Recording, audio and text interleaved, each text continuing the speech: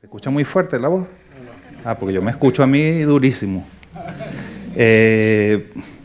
Primero, quisiera hacer una breve referencia a las dos mesas anteriores que para mí fueron muy esclarecedoras. Es impresionante la cantidad de detalles pequeños pero muy significativos de los que uno se entera, bueno, por boca del que está involucrado directamente en eso. Creo que el presidente Paz Zamora tuvo un análisis sumamente amplio y brillante.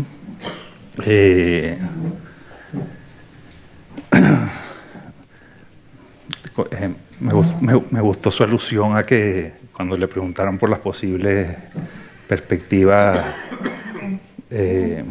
de Bolivia en el futuro inmediato,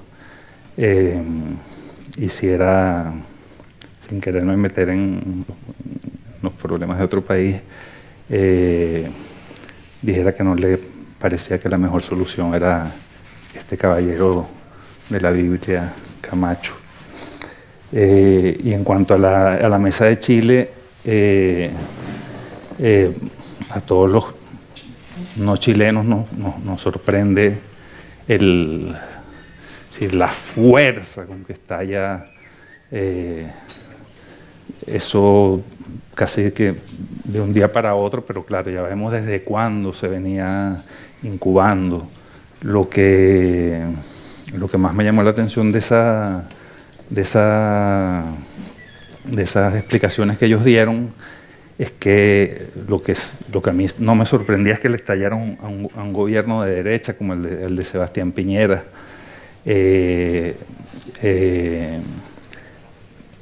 Y iba a preguntar entre las si había habido alguna diferencia, que como yo me lo hubiera esperado, entre unos gobiernos de izquierda democrática, como los del Frente Amplio, como los de Michelle Bachelet y Piñera, y sin embargo habrá matices, pero parece que el estallido de esta crisis obviamente no se le puede atribuir a Piñera, sino a todo lo que ha sido la historia de Chile hasta ahora. Pero a nosotros nos toca Venezuela. El nombre de nuestra mesa es Venezuela, la salida del laberinto. Yo quisiera comenzar mi intervención deteniéndome en el nombre de esta mesa de diálogo sobre Venezuela, la salida del laberinto. Detrás de esta palabra, laberinto, que también refleja la situación actual, resuena una imagen de la mitología griega, es decir, una de esas historias que están en el fondo de la psique individual y colectiva, la del laberinto de Creta o el laberinto del Minotauro. Un laberinto que el rey Minos mandó construir a Dédalo para encerrar a un monstruo, que era el Minotauro, y un monstruo que además se alimentaba de carne humana, que le enviaban periódicamente y obligatoriamente desde la Atenas sometida.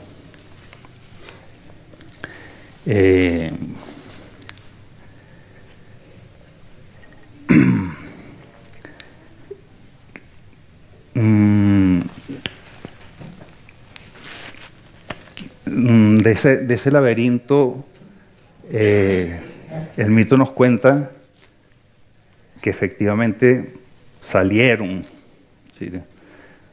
Y me gustaría decir un par de palabras sobre quiénes y cómo salieron, ¿no?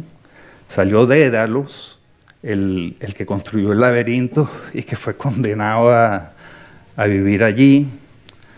Salió su hijo Ícaro, gracias al mismo invento de Dédalos con las famosas alas de cera, pero fue tan ambicioso que no se conformó con escaparse del laberinto, sino que quiso volar hasta el sol, y ya sabemos que se le derritieron las alas y terminó en el mar.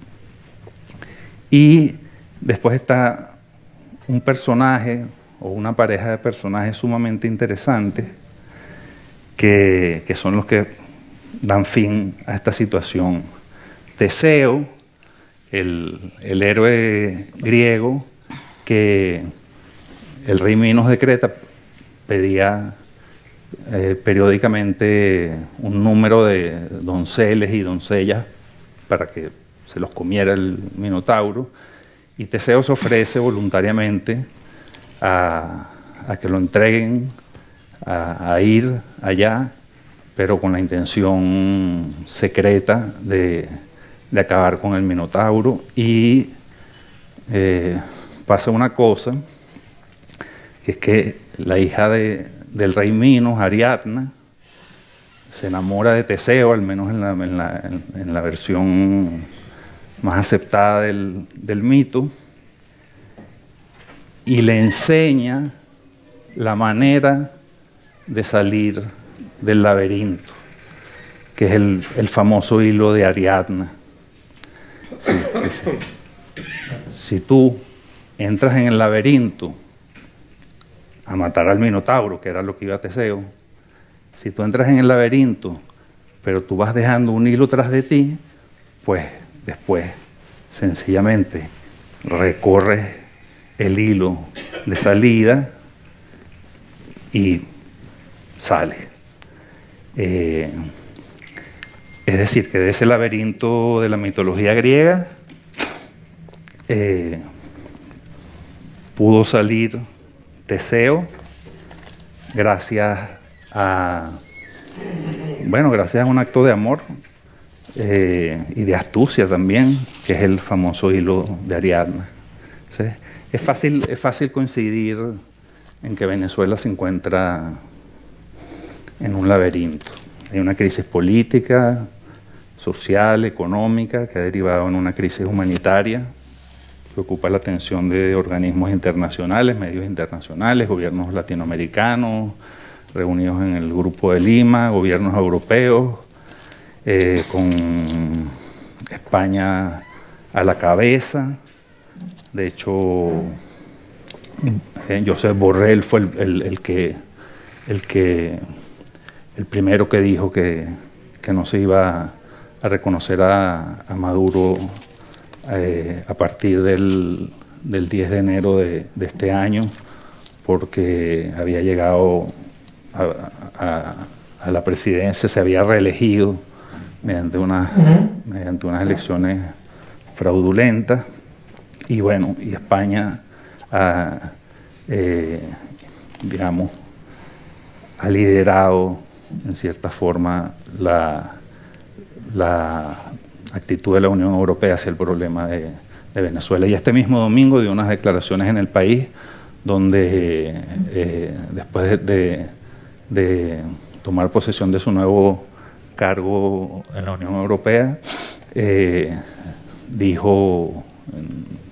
mencionó otro asunto que no recuerdo ahorita de primero, y el segundo dijo, no, hay que renovar la atención sobre el problema de Venezuela, pero más allá del tema de la única medida de las sanciones. Porque nos guste o no, aunque las sanciones sean contra la cúpula del poder en Venezuela, terminan afectando a los venezolanos. Y bueno, y está también aparte de los gobiernos latinoamericanos, la Unión Europea, bueno, está por otro lado Estados Unidos, y este personaje que se llama Donald Trump, que ha hecho planear sobre la crisis de Venezuela durante un largo tiempo el fantasma de la intervención militar, que ahora por suerte parece haberse aplacado. Yo soy contrario a todo tipo de soluciones militares a problemas políticos. Yo creo que de hecho no son soluciones, sino donde entran los Estados Unidos, generalmente en vez de solucionarse el problema que existe, lo que termina es armándose una guerra civil que ellos no saben cómo parar. Por otra parte, creo que Trump en el fondo nunca tuvo intenciones verdaderas intervenir militarmente en Venezuela, sino que él ha usado eso como un tema de la campaña electoral interna en Estados Unidos para ganar los votos de los venezolanos y los cubanos que están allá, para ganar los votos Florida.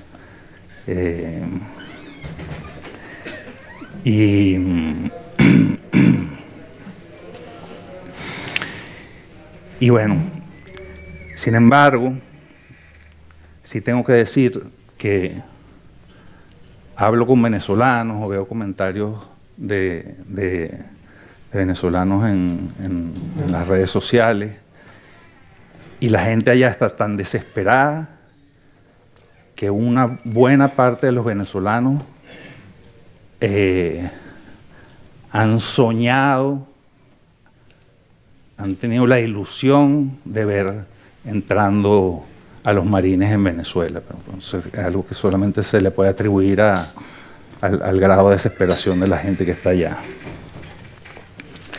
También esta crisis, ya hemos mencionado, Estados Unidos ha derivado en una crisis geopolítica, y a Venezuela ahora resulta ser un campo de batalla entre las grandes potencias, entre Estados Unidos, Rusia, China.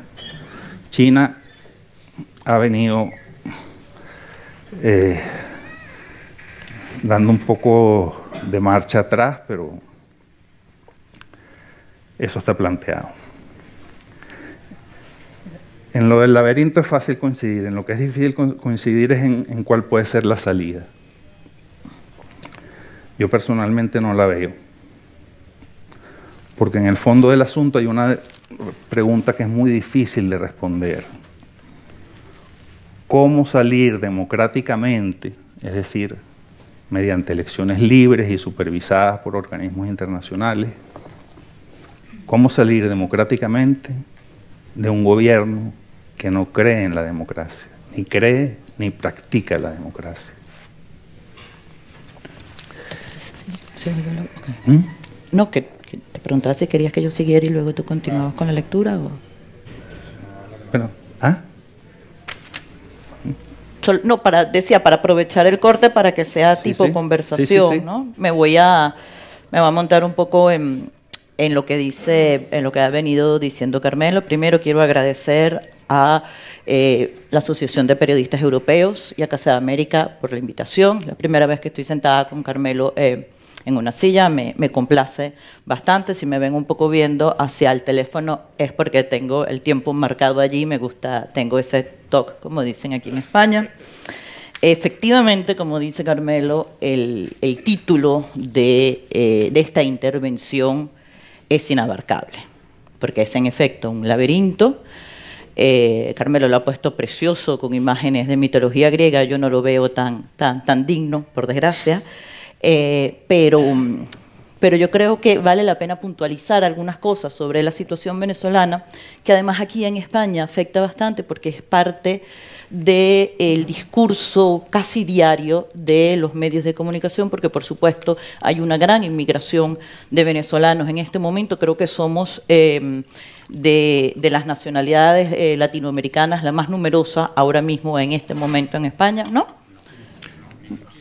Ni mucho. No, la segunda. La segunda. Bueno, pero... Creo que por después de Ecuador. Después de Ecuador, pero bueno. La de más rápido crecimiento, sí. En todo caso, pues la situación venezolana se reseña constantemente en los medios de comunicación, y yo creo que hay que hacer, aprovechando que tienen a dos escritores venezolanos sentados aquí, que bueno, que nuestro trabajo es más o menos pensar las cosas, hacer algunas puntualizaciones sobre la situación. Ahora mismo, después de un año que se declarara la Asamblea Nacional, que declarara la ilegitimidad del gobierno de Maduro, que se señalara a Juan Guaidó como el presidente interino encargado de organizar elecciones para la transición democrática del país, ahora mismo lo que estamos viendo en la práctica es el establecimiento de dos gobiernos paralelos que funcionan paralelos. Un gobierno que tiene la autoridad, porque es el que emana de la Asamblea Nacional, elegida democráticamente por el país en el año 2018, 18, no, 2017, final de 2017, porque en 2018 lo que hace Maduro es establecer por decreto una asamblea paralela a la que llama Asamblea Nacional Constituyente, con una mayoría de parlamentarios del chavismo, o sea, del PSUV, del Partido Único Partido Único Socialista de Venezuela, que es el que lo juramenta a él el 10 de enero. Él se juramenta en esta Asamblea Nacional Constituyente, que no ha sido electa por nadie, y ya en ese momento el que está en desacato es él. El presidente autoproclamado de Venezuela es él, puesto que lo ha proclamado una asamblea a su medida como tal. Ya desde ese momento, según la Constitución vigente en Venezuela, que es la Constitución de 1999, ya en ese momento la Asamblea Nacional, la elegida por el pueblo, ya se puede considerar como el líder la que maneja el destino del país. En ese momento, en ese 10 de enero, es cuando ya Juan Guaidó, que es el presidente de la Asamblea Nacional, puede ser llamado presidente interino. Por supuesto que esperan hasta el 23 de enero para que esta declaración sea pública, porque el 23 de enero es una fecha histórica en Venezuela, es cuando se tumbó la última gran dictadura, la dictadura de Marcos Pérez Jiménez, el 23 de enero de 1958. Entonces, esto fue un ejercicio mediático que lo que hizo fue desencadenar, digamos, la nueva, y digo nueva entre comillas, imagen de la oposición venezolana. Tenemos que recordar que la oposición venezolana también ha habido mucho reduccionismo en la manera como se ha hablado de la oposición venezolana, es variopinta, representa a partidos políticos que van desde la izquierda hasta la derecha. Tradicionalmente el venezolano ha sido un venezolano de centro izquierda, el venezolano ha sido un votante de centro izquierda desde mucho antes de la llegada del chavismo. Acción Democrática, que fue el partido en el gobierno que duró casi 40 años, con dos excepciones, con el partido, cuando le tocó al Partido Social Cristiano Copey, que sí se puede considerar un poco más a la centro derecha, incluso un poco más a la derecha por su constitución, porque lo constituyen negociantes, el Opus Dei, o sea, el Partido de Acción Democrática, que fue siempre el que estuvo en el poder, se consideraba de centro izquierda, y muchas de las políticas con las que comienza el chavismo son directamente tomadas del guión de Acción Democrática. Todo esto se lo estoy diciendo un poco para borrar otro mito del que se habla de Venezuela como que si fuese un enfrentamiento entre la derecha y la izquierda. Y por supuesto, leído esto desde Europa, no son las mismas izquierdas y derechas las que hay en Europa y las que hay en Venezuela. Yo, a las personas que estén interesadas en este tema, yo les recomendaría que lean un libro de Teodoro Pekov que se llama, de hecho, Las dos izquierdas, donde analiza el fenómeno del chavismo, ya por supuesto mucho antes del madurismo. Pekov murió hace un tiempo, hace un año, pero tiene una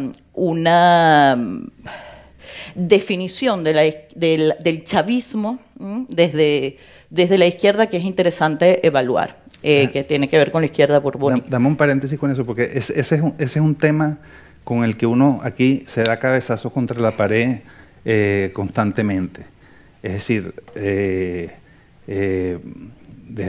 España, desde Europa, se ve, no, pero si es un gobierno de izquierda, que eso no es un gobierno de izquierda nada. La izquierda seria, la izquierda democrática en Venezuela nunca apoyó a Chávez, comenzando y lo hago a propósito de la mención de Teodoro Pekov, que fundó el primer partido socialista en Venezuela, el Movimiento al Socialismo, fue candidato presidencial, fue diputado, fue senador, fue ministro, y cuando el partido que él había fundado decidió en las elecciones de 1998 apoyar a Chávez, él se salió de su partido y dijo una frase que no sé si la entenderán los españoles porque es muy venezolana. Les dijo: los espero en la bajadita. Es decir, vamos a ver qué les pasa. Pero hay esa asociación de chavismo izquierda. La primera vez que Chávez mencionó, bueno, él sí fue a Cuba, era admirador de Fidel Castro, no sé qué más, pero pasaron unos cuantos años desde que él llegó al poder, probablemente hasta 4, 5, 6 años, para que él mencionara por primera vez la palabra socialismo. Y él llegó al poder con un movimiento que se llamaba Movimiento Bolivariano Quinta Revolucionario 200, y este Partido Socialista Unido fue fundado mucho después, 2007. de manera que ese punto que yo siento que a veces es difícil de entender, que si no, que sí, que el chavismo es de izquierda. Bueno, les aclaro eso, ¿sí? La izquierda democrática, la izquierda seria, nunca apoyó al chavismo. Y si alguna fracción lo apoyó al comienzo, se desmarcó de él muy rápidamente cuando vio que se trataba sencillamente de un caudillo militarista. Sí, voy a hacer algunas precisiones con lo que has dicho. Digamos, el partido de izquierda más antiguo de Venezuela es el Partido Comunista de Venezuela, que, digamos, antecede, está desde la época de la lucha contra Juan Vicente Gómez. Estamos hablando de 1900-1921, es el primer partido de izquierda como tal. Es del que se desprenden los partidos socialistas o de corte popular, como fue Acción Democrática. Bueno, es todavía, porque ese partido sigue vivo. Tomando en cuenta lo que decía Carmelo, hay varios chavismos, o sea, hay varios momentos del chavismo, ¿no? Casi tantos como periodos presidenciales, y esto es importante aclararlo, porque tendemos a ver estas categorías como compartimientos estancos, como si todo fuera igual, como si el chavismo hubiera sido solo, y algunas veces los mismos venezolanos pecamos de esa desinformación de lo propio. Chávez llega en 1998 al poder en una votación donde había otros 4 candidatos por lo menos. Ya había una erosión enorme de los 2 partidos tradicionales que gobernaron durante la mitad del siglo XX, que eran, como les he venido contando, Acción Democrática y COPEI, y comenzaron a aparecer candidatos independientes y candidatos que venían de partidos emergentes. En este momento, Chávez era una especie híbrida, porque él había sido, digamos, la figura más visible, no había sido el único cabecilla, pero era la figura más visible de 2 intentos de golpe de Estado fallidos que ocurrieron en el 92 y en el 94. Se había ganado a la gente, a la opinión pública en la calle, porque había sido la persona que había salido por la televisión declarando estos golpes de Estado fallidos. Pero él llega con una promesa que ya estaba en ese momento en la calle, que era la promesa del progreso, o sea, de un gobierno progresista, de un gobierno que incorporara las grandes demandas de la sociedad cívica en ese momento, paridad en los cargos públicos, igualdad social, mejorías en el acceso a vivienda, a la salud, a la educación. Todo esto es lo que él convierte en su gran carta. Él no era el único, pero era, sin embargo, el más famoso. Cuando él llega con 60 y pico % de los votos en contra. Es decir, que habían votado por los otros 4 candidatos, ¿no? Si Venezuela hubiera tenido una segunda vuelta, posiblemente, o sea, si el sistema electoral venezolano tuviera una segunda vuelta, posiblemente Chávez no llegaba al poder. Pero bueno, ese no es el deber que nos toca hacer a nosotros ahora, la historiografía. No. Y además, Chávez fue un golpista que tuvo ese intento de golpe fallido del 92. Lo metieron preso, pasó unos años en la cárcel. El gobierno siguiente, que fue el de Rafael Caldera, que llegó al poder montado en esa ola de descontento con los 40 años de democracia, en la que había habido corrupción, se había descuidado el tema de la pobreza, es decir, todo el malestar social sobre el que se montó Chávez. Pero mientras Chávez estaba en la cárcel, llega todavía el último presidente de la democracia venezolana, y toma una medida que si nos podemos a pensar en lo que pudo haber en lo que pudo haber sido y lo que fue, este señor indulta a Chávez como una manera de congraciarse con el pueblo, pero comete lo que para mí es una equivocación histórica tremenda, que lo indulta, pero no lo inhabilita políticamente. Eso es, yo creo que se puede homologar casi exactamente como si aquí el coronel Tejero, después de dar el golpe, aparte de meterlo preso, lo hubieran dejado lo hubieran indultado, que salga de la prisión y que hubiera sido candidato presidencial. Imagínense ustedes esa situación aquí en España. Vale, continúo entonces con las precisiones porque me interesa traer, digamos, esto que estoy hablando de Chávez son 20 años atrás, pero me interesa traerlo para lo que estamos hablando hoy en día, porque me interesa que hablemos de la nueva generación dentro de la oposición, que es lo que representa Guaidó. El viraje hacia el autoritarismo del chavismo viene después del intento de golpe de Estado del año 2001, en el que comienza con un paro de PDVSA, se extiende durante varios meses y es como la primera actuación de repercusión internacional que tiene lo que en aquel momento era la oposición venezolana. Era una oposición muy reducida, era una oposición bastante más conservadora de lo que nos hubiera gustado. Pero en todo caso, esta es una oposición que ha venido evolucionando también de la misma manera que ha evolucionado el chavismo. Esto se convierte en un hito, como se podrán imaginar, en lo que ha sido el chavismo, y a partir de ese momento comienza un viraje hacia el autoritarismo como tal.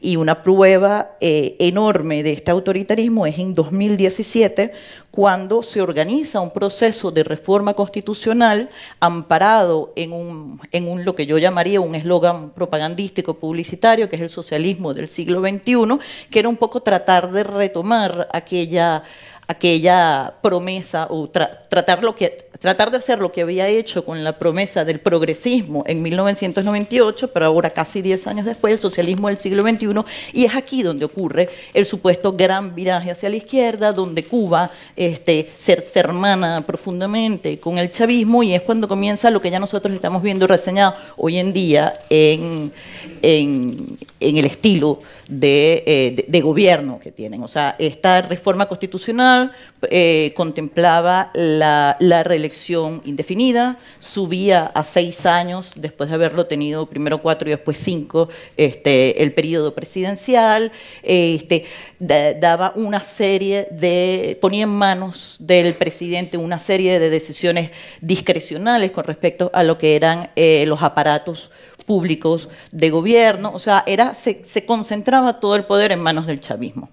Este referéndum, se va al referéndum revocatorio, la gente vota que no, mayoritariamente, y es el primer gran revés en la historia electoral de Chávez, el único de hecho que ha tenido y ha sido también una ruptura dentro del chavismo y fue dentro de su gobierno, porque luego a los 3 meses pasó por decreto lo que le interesaba, ¿no? Esto justo que les he dicho, la reelección indefinida, subir a 6 años, todo este tipo de cosas, y es cuando ya. Ahora, ¿cómo pasa esto por decreto? Espérate, porque quiero volver quiero también, porque es que si me interrumpes ahora te doy la palabra. ¿Cómo pasa esto por decreto en la Asamblea Nacional? Porque la Asamblea Nacional en ese momento tenía una mayoría del chavismo.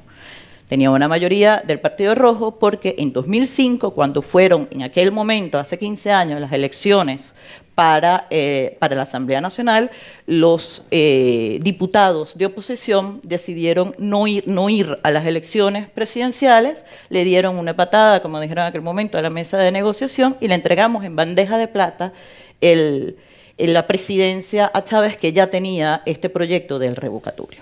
Este ha sido como la segunda gran error de la oposición y ha venido como tratando de borrar todo esto.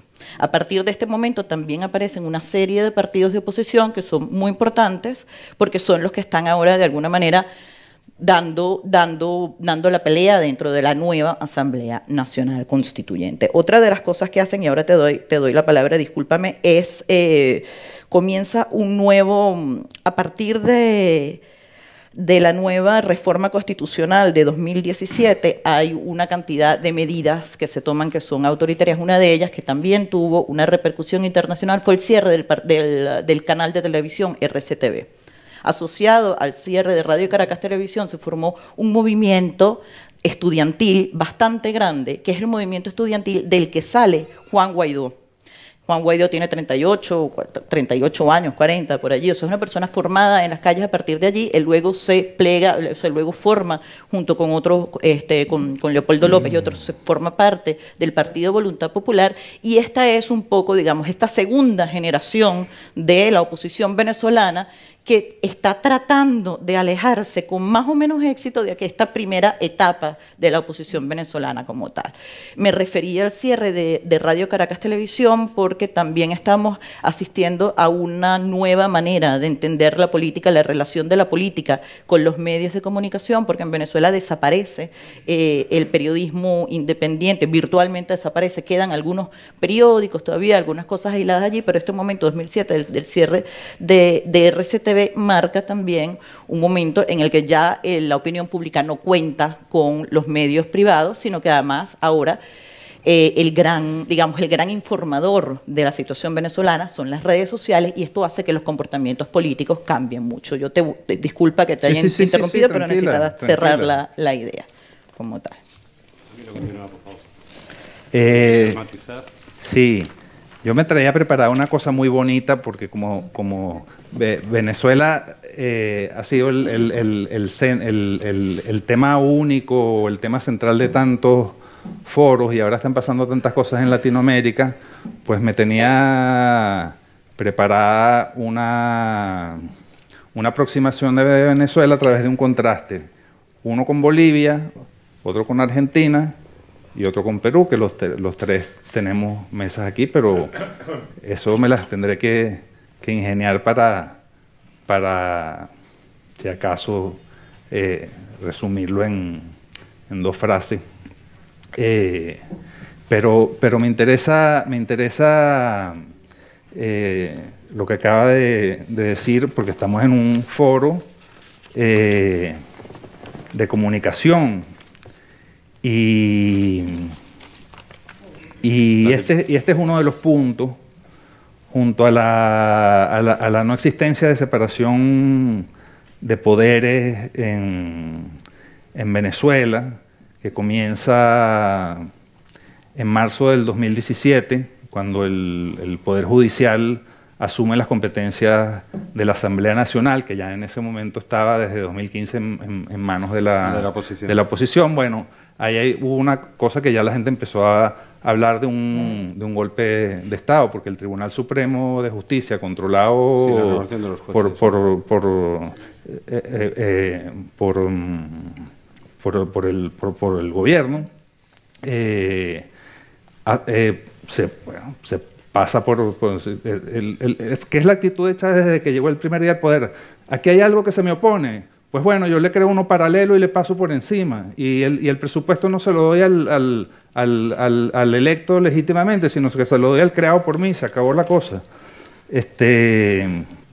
Entonces, esa separación de los poderes, ese es un punto, un principal punto, una sentencia del Tribunal Supremo de Justicia asumiendo las competencias de la Asamblea Nacional. Y hay un segundo punto, que es que en un momento que a Maduro le pareció propicio, el primero es una muestra de la no separación entre el Ejecutivo y el Poder Judicial. Este segundo es un ejemplo de la no separación entre el Ejecutivo y el Poder Electoral. Y se da en mayo de 2018, cuando la oposición está en ese momento muy de capa caída. Maduro convoca a unas elecciones que sabía que iba a ganar. De hecho, se inscribieron 2 o 3 candidatos ahí como de comparsa. Los partidos grandes. Sí, la oposición de nuevo boicoteó aquel proceso. Pero, sí, no sé. No, 2 o 3 candidatos. No se inscribió. Claro, entonces, pero todos estos factores que estamos comentando contribuyen a la situación del laberinto en el que estamos actualmente. Habéis hablado de la salida de ese laberinto con referencias mitológicas. Volviendo al tema de la oposición y de la nueva oposición o los nuevos nombres. Los nuevos nombres, sí, la nueva generación. Sería, desde vuestro punto de vista, y abrimos ya el diálogo con los asistentes, ¿Guaidó puede ser la persona que realmente encuentre la salida desde dentro a este laberinto? Luego veremos si hay salidas desde fuera o cómo desde fuera se puede aportar. Porque Guaidó ahora debería ser renovado Sí, ahora en enero. De la Asamblea en enero. Ahora parece que empieza a haber discusiones porque han salido algún escándalo, sí. Su embajador en Colombia. Parece que la oposición vuelve a estar dividida y quizá no tan fuerte como podíamos verla hace un año. Claro, Guaidó tiene ahora un enorme desafío, que es que todas las cosas que él ha prometido sistemáticamente, o sea, él ha tenido como 3 momentos: un momento de gloria, el 23 de enero cuando se juramenta, un primer, digamos, momento de fracaso, que no supieron muy bien cómo venderlo, que fue con la entrada de la ayuda humanitaria y luego con el 30 de abril, con la asociación, con Leopoldo López, pensaban que tenían a los militares de su lado y resultó que no los tenían y eso quedó enfrente de todo el mundo. En este momento Guaidó está en su momento de popularidad más bajo. Y es lo que está aprovechando el madurismo para comprar voluntades dentro de la Asamblea Nacional, porque la estructura de la Asamblea Nacional venezolana es que cada año cambian de cabeza. O sea, de director, de líder, pero de presidente, exacto. Pero es algo que se hace interino, que han decidido todos para que todos los partidos tengan igual oportunidad. Cada 2 años, ¿no? Hay un no, cada un año. Se había pensado que se podía mantener a Guaidó, puesto que es el que se ha echado encima, digamos, todo el asunto del cambio democrático, pero bueno, ahora esto está un poco en entredicho porque en efecto han salido todas estas acusaciones. Estas acusaciones todavía continúan por probarse. Digamos, yo no soy, como te digo, no sé qué esperar yo de la oposición. Yo soy cauta con respecto a la oposición venezolana, es lo que estoy diciendo. Me da horror el chavismo, pero soy cauta con la oposición venezolana porque creo también que hay que exigirle mucho. Pero en todo caso, resumiendo, por si acaso Carmelo quiere decir alguna cosa, yo tengo aquí como unos breves puntos de qué es lo que está planteado. ¿Cuál es el problema que tiene Guaidó ahora? Ahora, rescatar su credibilidad.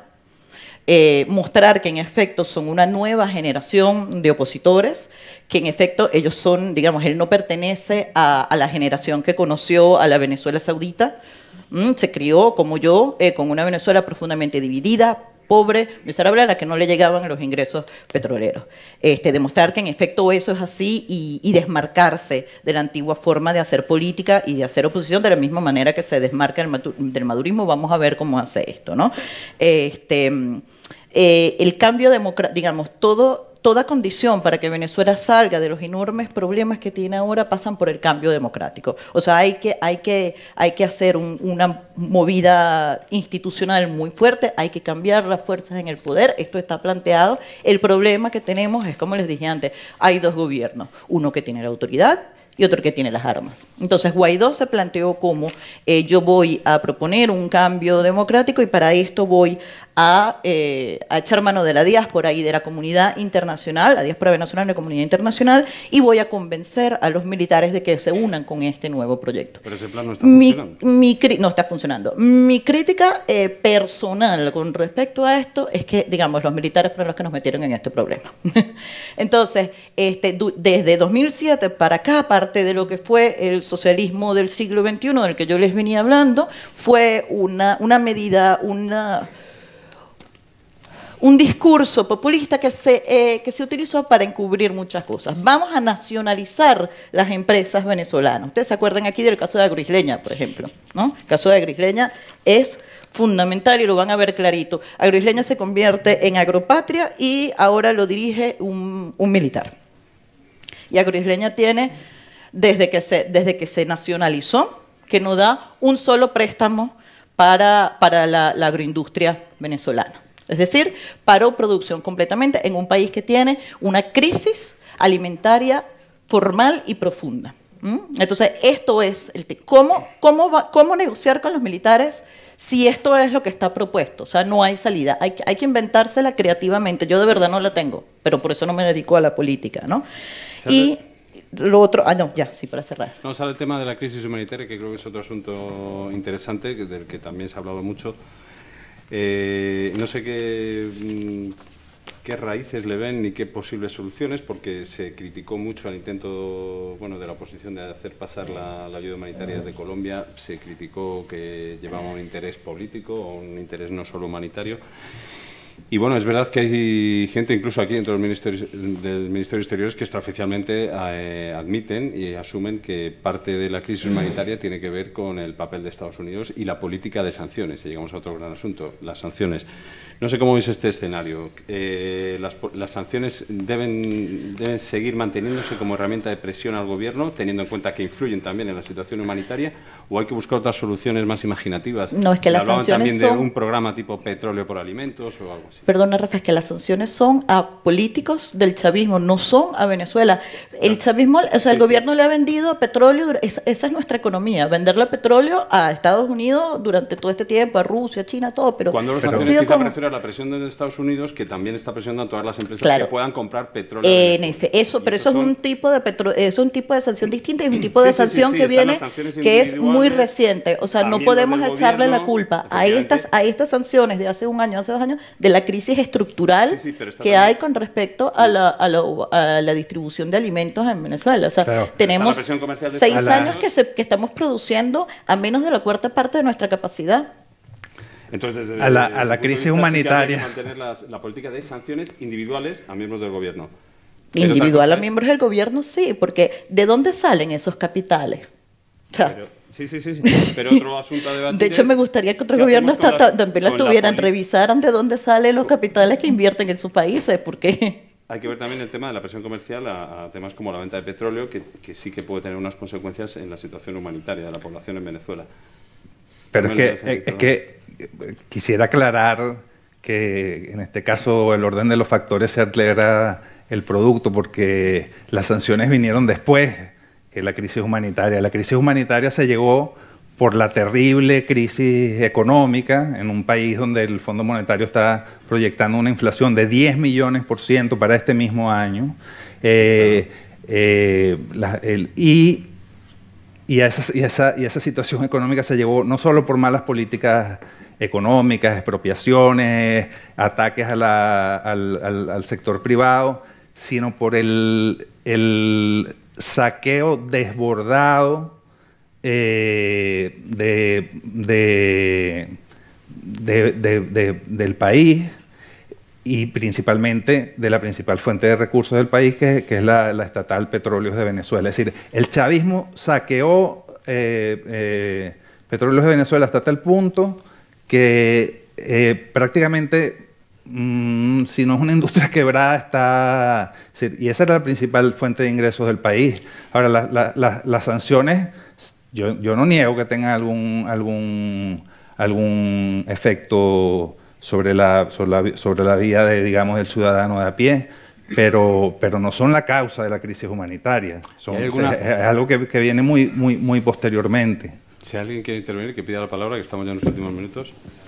¿Hay alguna manera, y con esto termino yo, de desvincular la solución a la crisis humanitaria con la solución política? No, no está planteado porque es un problema estructural. Es imposible. Un problema estructural, o sea, eso es de hecho el problema. ¿Cómo sacas ahí nosotros lo llamamos enchufados, a esta cantidad de enchufados de militares que han hecho una política de mafias dentro del país? Tienes que desestructurarlo por la cabeza y luego limpiarlo todo por dentro. Y eso es la tragedia de Venezuela. Desde que Chávez llegó al poder en 1999, el primer plan social que emprendió, que se llama el Plan Bolívar 2000, lo puso en manos de los militares. Es decir, que él, desde que llegó al gobierno, se dedicó a corromper a los militares en Venezuela para llevarnos a esta situación en la que no pasa como le pasó a Evo Morales, que el ejército le dijo hasta aquí, porque todos los militares están hasta acá y hasta acá en la corrupción. Claro, a lo que se refiere Carmelo es que había tradicionalmente en Venezuela, justamente para evitar una dictadura, una separación tradicional entre la esfera cívica y la esfera militar. En el momento, el primer gesto de Chávez cuando llega al poder dentro de la Constitución de 1999, que eso habría que revisarlo, es permitir que los militares voten, y esta campaña que dice Carmelo es no solo permitirles que voten, sino que sean parte integral de la vida nacional, que trabajen vendiendo en mercados, que trabajen todas las misiones. Empieza a dar cargos públicos. Mira ahora los ministerios de Maduro, a ver si el 90% están ocupados por militares.